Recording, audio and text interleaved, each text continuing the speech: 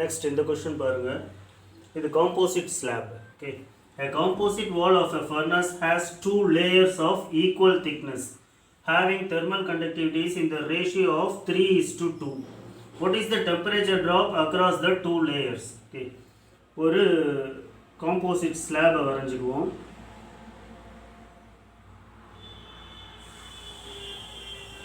Two layers of same thickness.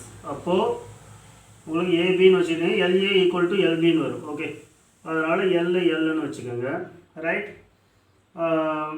இது உங்களுக்கு K A KP 3:2 அப்படின்னு போட்டிருக்காங்க. ஸோ இதை வந்து 3K அப்படின்னு வச்சுக்கோங்க. K A equal to 3K, K B equal to 2K அப்படின்னு வச்சுக்கலாம். 3:2. ரைட், சேம் திக்னஸ் எல் அப்படியே வச்சுக்கோங்க. What is the temperature drop across the two layers? Okay, so உங்களுக்கு temperature drop T1, இது T2, இது thermal conductivity கம்மியாக இருக்கா, ஸோ temperature drop அதிகமாக இருக்கும். ரைட், thermal conductivity கம்மியாக இருந்துச்சுன்னா temperature drop அதிகமாக இருக்கும். thermal conductivity அதிகமாக இருந்துச்சுன்னா temperature drop கம்மியாக இருக்கும். ஓகே, ஸோ உங்களுக்கு temperature drop for wall A T1 minus T2, temperature drop for wall B T2 minus T3. Right, மற்றபடி உங்களுக்கு ஃப்ளோ ஆகிற ஹீட் எல்லாமே சேம் தான். இங்கே ஃப்ளோ ஆகிற ஹீட்டு தான் இங்கேயும் ஃப்ளோ ஆகும். Okay, right. ஸோ உங்களுக்கு Qக்கு என்ன ஃபார்முலா அப்படின்னு சொன்னால் டெல் டி டிவைடட் பை அந்த ரெசிஸ்டன்ஸ் ஃபார்முலா எழுதிக்கலாம். K A into del T divided by எல்னு போடலாம், இல்லை del T divided by L by கேஏன்னு போட்டுக்கலாம். இங்கேயும் ஏரியா வந்து 1 மீட்டர் ஸ்கொயர்னு அசியூம் பண்ணிக்கலாம். Right, so L by K A விட்டுருங்க. ஓகே, ஸோ ஏரியா விட்டுட்டோம், கே சஃபிக்ஸ் ஏ போட்டுக்கலாம். Right, del T A is equal to L by K A, that is equal to del T B, அதாவது temperature drop across B divided by அதே L தானே, அதனால் L போட்டுக்குவோம், இது KP. Right, இப்போ இது ரெண்டுமே ஈக்குவல் அப்படிங்கிறது நம்ம சொல்லியாச்சு. Right, so heat transfer through wall A is equal to heat transfer through wall B, அதை தான் இங்கே எழுதியிருக்கேன்.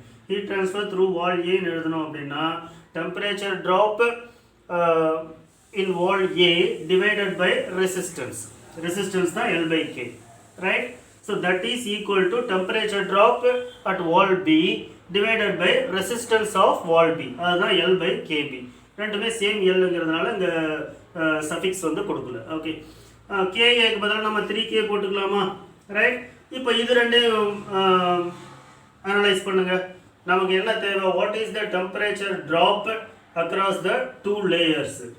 நம்ம கண்டுபிடிக்க வேண்டியது del T A divided by del T B. Numerator divided by del T A by del T B போட்டோம் அப்படின்னா உங்களுக்கு L by K A divided by L by கேபின்னு வருமா? That is equal to L by 3K divided by L by 2K. Right, இதை நீங்கள் cancel பண்ணீங்க அப்படின்னு சொன்னால் 2/3.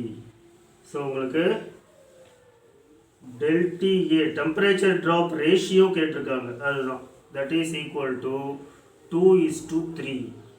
ரைட், ஸோ உங்களுக்கு thermal conductivity is 3:2 அப்படின்னு வரும்போது temperature drop ratio வந்து 2:3ன்னு வரும்.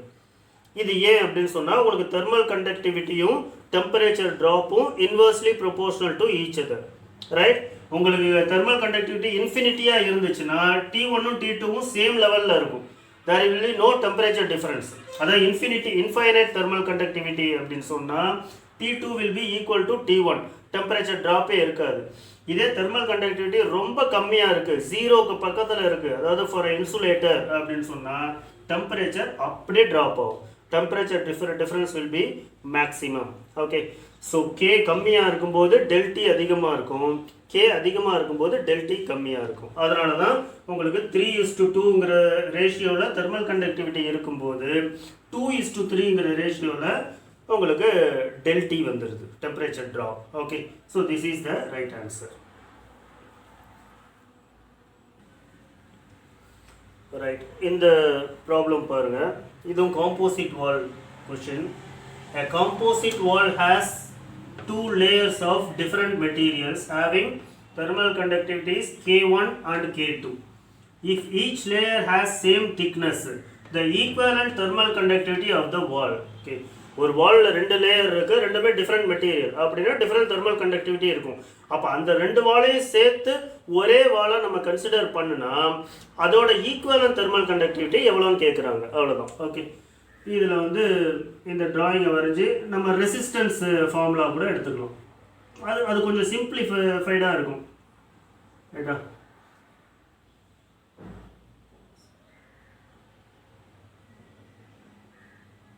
சேம் திக்னஸ்ன்னு சொல்லிட்டாங்களா? ஸோ இதுவும் எல், இதுவும் எல்லுன்னு சொல்லுவோம். ரைட். இதோட தெர்மல் கண்டக்டிவிட்டி K1, இது K2. வேறு என்ன சொல்லியிருக்காங்க? Same thickness. ரைட், அவ்வளோதான். மற்றபடி டெம்பரேச்சர் டிஃப்ரென்ஸ் எல்லாம் சேம் தான். இப்போ இதுக்கு ஈக்குவலண்ட்டாக ஒரு வால் எடுத்தோம்னா இதே மாதிரி ஹீட்டை ட்ரான்ஸ்ஃபர் பண்ணணும் அப்படின்னு சொல்லி ஈக்குவலண்ட்டாக ஒரு வால் எடுத்தோம் அப்படின்னு சொன்னால் அதோட லென்த்து 2L இருக்கும். அதோட ஈக்குவலண்ட் தெர்மல் கண்டக்டிவிட்டி எவ்வளோன்னு கேட்குறாங்க. So this equivalent thermal conductivity will be a function of K1 and K2. ரைட்டா? ஸோ திக்னஸ் வந்து L+L 2Lன்னு எடுத்துக்கிறோம். டெம்பரேச்சர் டிஃப்ரென்ஸ் சேம் தான், ஹீட் ட்ரான்ஸ்ஃபர் சேம் தான். Right. So here Q is equal to temperature difference divided by R. Okay, அப்போது இந்த வாலில் நம்ம இந்த ஃபார்முலா யூஸ் பண்ணோம் அப்படின்னு சொன்னால் del T overall divided by R1 plus R2ன்னு வருமா? Resistance 1 plus resistance 2. உங்களுக்கு R1 என்னன்னா L பை K1, R2 என்னன்னா L by K2. this thickness divided by K2. ஏரியாவை நம்ம omit பண்ணிடுவோம். ஏரியானா 1 மீட்டர் ஸ்கொயர் நம்ம அசியூம் பண்ணிடுவோம். Right. So Q is equal to del T overall divided by L by K1 plus L by K2. Right. இது இந்த diagram. So இதுக்கு பதிலாக நம்ம இதை எடுத்திருக்கோம் அப்படிங்கும்போது இதில் இந்த heat transfer must be the same. Temperature difference, this is also same. Right. So divided by உங்களுக்கு R equivalent. Right. R equivalent, R total. So R equivalent என்ன ஃபார்முலா? உங்களுக்கு L by K தானே. ஸோ இங்கே லென்த்துங்கிறது 2L. 2L divided by K equivalent. So இதை இந்த டினாமினேட்டரை அப்படியே equate பண்ணிடலாம். Right. So இந்த ஸ்டெப்ஸ் எல்லாம் நம்ம போடணும்னு தேவையில்லை.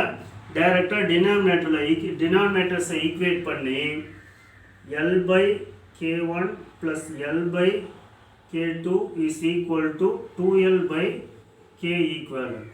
இப்போ இதை சிம்பிளிஃபை பண்ணி K equivalent என்ன எக்ஸ்பிரஷன் அப்படிங்கிறத நாம் கண்டுபிடிக்கணும். ஓகே,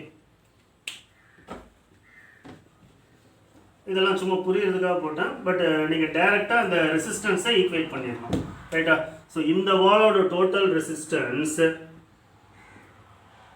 இஸ் ஈக்குவல் டு இந்த வாலோட ஈக்குவலண்ட் ரெசிஸ்டன்ஸ். அவ்வளோதான்.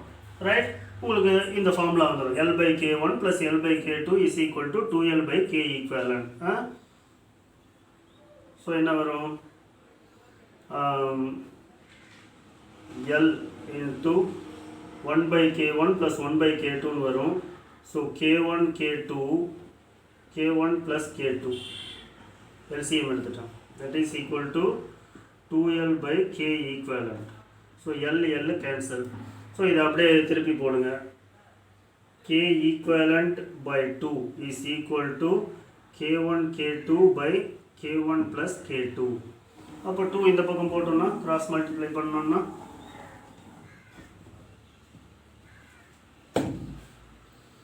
so K equivalent is equal to 2K1 K2 divided by K1 plus K2.